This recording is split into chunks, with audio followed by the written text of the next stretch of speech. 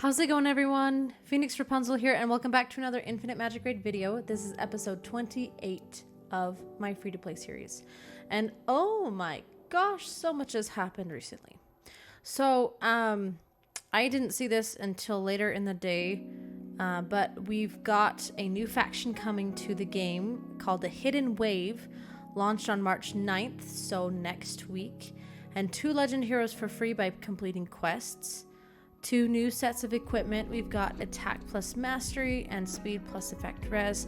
By the way, this is on their Discord, so if you're not already on the Discord channel, please go and join that so you don't miss when they drop new announcements about things that are going on.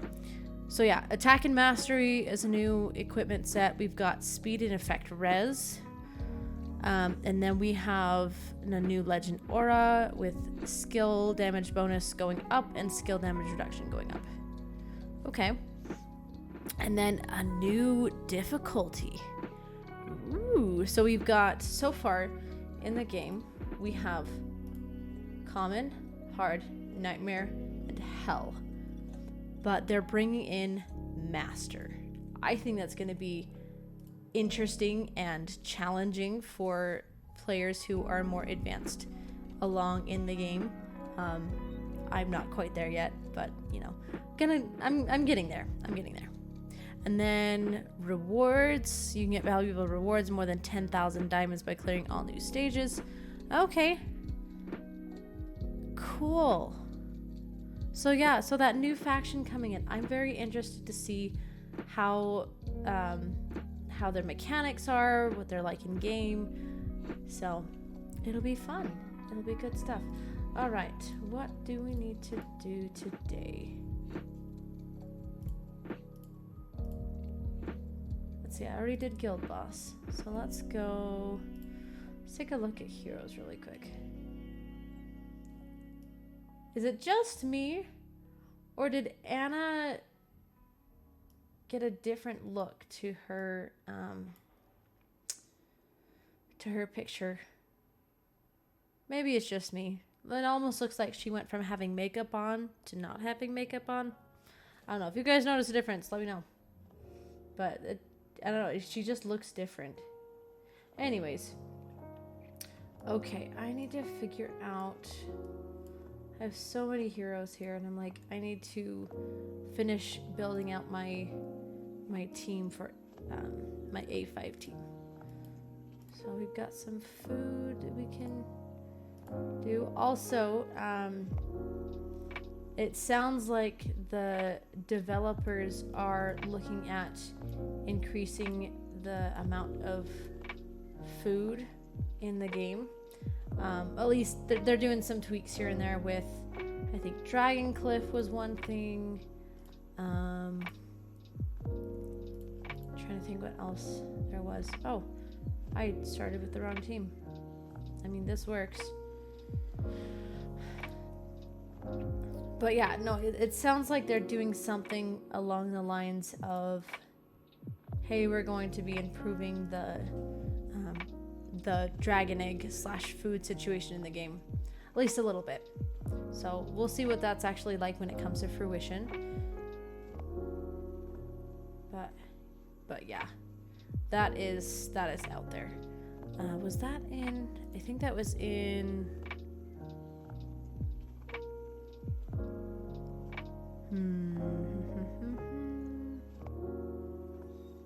Aha!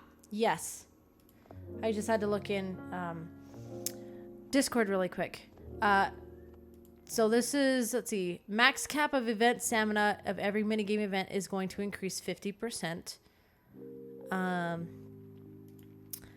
And the devs have decided to increase the drop rate of quality in the Dwarven Ruins. So that means we'll be getting more of like rare epic legend pieces versus elite, epic, and legend pieces. So that'll be really nice. So we can get better things for our heroes. And then we're not just getting, common items all the time. And then we've got a daily sign-in reward. Yes! I'm so excited about that one. It'll mainly include basic resources. Let me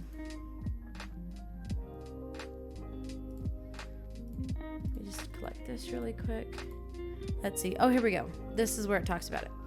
So mainly include resources like eggs, XP pots, things like that. Devs are still designing rewards. They don't have a plan to adjust the food consumption of an A5 hero. But what they have done is increasing food as rewards. Which I'm not sure how good of a compromise that is, to be completely honest with you. I feel like if they just adjust it just a little bit even, instead of taking, well, because I calculated this out one time. I took a hero, this is on my main account, and then I quickly regressed them. But I took a hero from star level 1 all the way up to A5, and it took 39 individual heroes in order to get, or 39 individual like dragon eggs / heroes stepping in for dragon eggs.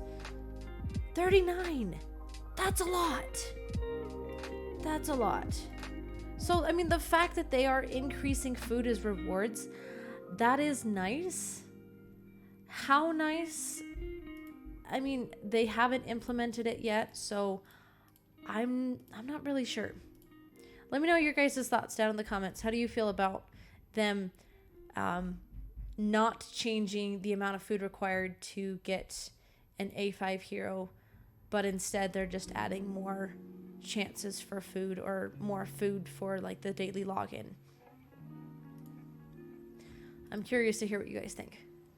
And then we've got, so that's going to be happening in a couple weeks. In the future, we've got, let's see, more quests, more rewards, and dungeon bounty. There's plenty of mythic hero shards and tons of free rewards like legend dragon eyes, 5-star dragon eggs, legend skill scrolls. And then the dev team, they're considering reducing the stamina consumption of dragon egg dungeon. Part of the optimization of the stamina system, they're analyzing stamina consumption distribution of all players.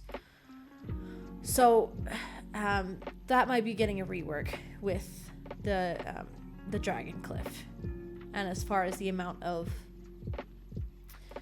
stamina that is being used. So kind of interesting. Again, I think the one, like, I'm excited for daily sign-in.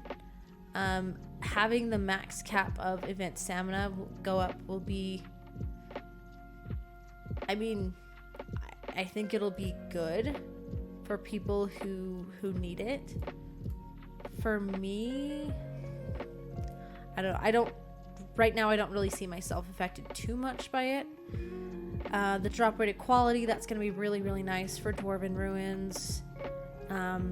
The dungeon bounty, more quests and everything, that just gives more opportunities for the mythic hero shards, for dragon eggs, for those skill scrolls, and then reducing the stamina consumption of the dragon egg dungeon is going to be really big. I feel like that's going to affect a lot of players for the positive. All right. And then what other new things do we have? Oh, that's right. We have a Miracle Wish event going on right now for a whole bunch of poisoners. I only have four miracle runes, and I don't know how close I am to Mercy. I'll have to go check that to see if I can maybe hit Mercy and get one of the poisoners. Because like I said, there's a lot of poisoners up for grabs. Because we've got Taff, Walter, and Turf alongside the two new legend heroes. And I mean, all three of those are really, really good when it comes to... Oh, I didn't even collect my... there it is. Hey, look at that. Speaking of miracle runes. But like all three are really solid. Okay, so this is one of the new heroes. We've got Veronica, single target damage dealer with poison. Double hitter, single enemy, 40% chance, goes up to 60% chance to do poison. And then explosive venom. Venom accumulated by her increases self-effect hit and poison damage dealt. Okay, so this is like her special buff here.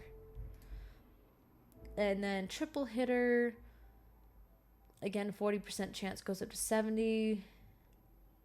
So that E1 is what gives her the explosive venom. And then we've got, let's see, 1 layer poison inflicted by self, grants self 1 layer of venom, which is this one. Then when self has 10 layers of venom, consumes them all and enters explosive venom status immediately for 3 turns, during which she increases her self effect hit by 25% and then the poison damage dealt by 30%. Okay, so then the E1 basically just increases that as far as the venom goes. And then double hitter and poison damage to a single enemy, inflicting deep poisoning. So there's that deep poisoning again. No less than 3 layers of poison. Second stage, 70% chance to double their poison layers. Okay, yeah. So again, just like a poison machine, but again, single targets only. So, I mean, her swords look really cool.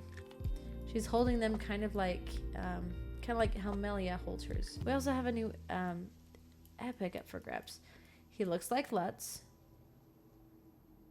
Hatos?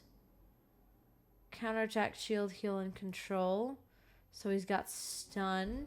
Chances doubled if the attack lands a crit. So building him for crit would be good. Double hitter, single enemy. Extra 35% crit rate. If any stage lands a crit, then heals by 8%. Also E1, extra crit damage. Okay. And then 20% more direct damage to enemies with debuffs, and 50% chance to counterattack when taking active damage from a debuffed enemy. That's right, the E2. And then 200% attack, or not attack, defense, goodness. 200% defense damage to all the enemies and extends their duration of all the non-control debuffs for 1 turn. So then also gets a shield. But it's just him who gets the shield. So. Is he the best? No. Would he be worth getting? I don't know. We looked at Veronica. We didn't look at Millet. I love her hair. Oh my gosh. It's beautiful. She almost has like... Her dress kind of makes me think of Eden's dress. A little bit. Same faction and everything. I just love her hair. It's so sparkly. Okay, so she does debuff, focus fire, and poison. So, again, poisoner. It goes with the theme. Attack and extra poison damage to a single enemy. 40% chance, goes up to 80% chance to inflict poison. For every 1 layer of poison the target has, increases the extra damage by 10%. Interesting. And we've got 200% attack damage to a single enemy, 60% chance to inflict a layer of poison for 2 turns, goes up to 90%. Any ally with no less than 2 layers of poison enhancement pursues and attacks the same target. After casting Crystal Mark, for each 1 ally that successfully pursues and attacks, reduce the cooldown of Crystal Mark by 1 turn. Cannot be increased or reduced by other effects. Okay. So any ally with no less than 2 layers of poison enhancement, which is this lovely thing there. So that poison enhancement can go on to all allies. And not just her. E1, after casting that, each time a layer of poison is inflicted on the target when any ally pursues and attacks, additionally deals 140% attack damage to them, which increases by 10% for every 1 layer of poison the target has. Ooh, so you definitely want her on a poison team. Absolutely. Okay, so when she survives, grants a layer of poison enhancement to any ally that inflicts at least one layer of poison during their own turns. Okay. So again, you're trying to get her onto a poison team so that she can be putting that poison enhancement on the allies. E2, all allies get a layer of poison enhancement. When she has 3 layers, grant self 1 layer of crystal protection, which reduces all damage received by herself by 25%. Only 1 layer. Then E3 increases poison damage dealt by 35%, which is big. Crystal Burst, which is the last ability here, does 80% extra poison damage for every 1 layer of poison the targets have respectively. Increases the extra damage by 10%. Dang. That is crazy. And then AoE, 60% chance goes up to 90% to reduce effect res, and 90% when it is leveled up to inflict a layer of poison for 2 turns, and then refreshes the duration of all poison. So poison upon poison upon poison. That is cool. Wow. Okay, I was gonna say, I feel like she is gonna be game busting here, but I don't know. We'll have to see. See if I get anything good from this. And if not, it's all food.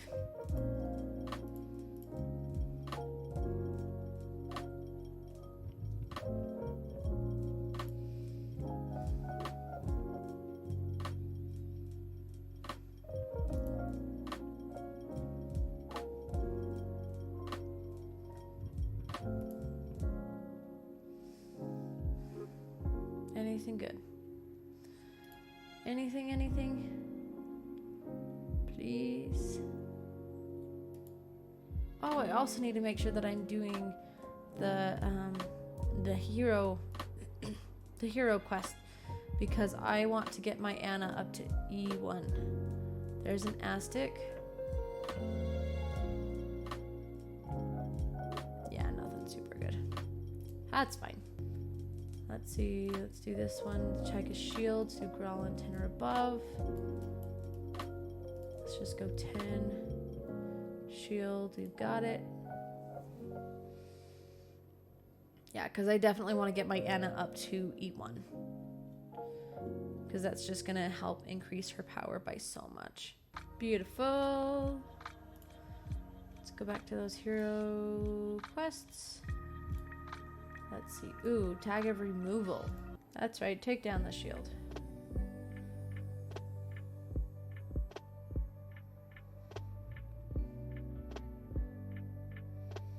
That took out a big chunk. It's one reason why I like HP burn so much, is because it takes out so much health. Especially when it's stacked up to its max, which is 5 layers. Go. Alright. Well, I think I'm going to go ahead and leave it there for tonight. So, you guys, let me know what you think about the things that are coming to the game. And also, like, if you're pulling for the Miracle event, who are you going for? Or who have you already pulled? Let me know down in the comments. You guys, thank you so much for watching. If you enjoy my content, please give this video a like and subscribe to my channel so you don't miss out when I post new videos. Thank you so much again, and I'll see you next time. Peace.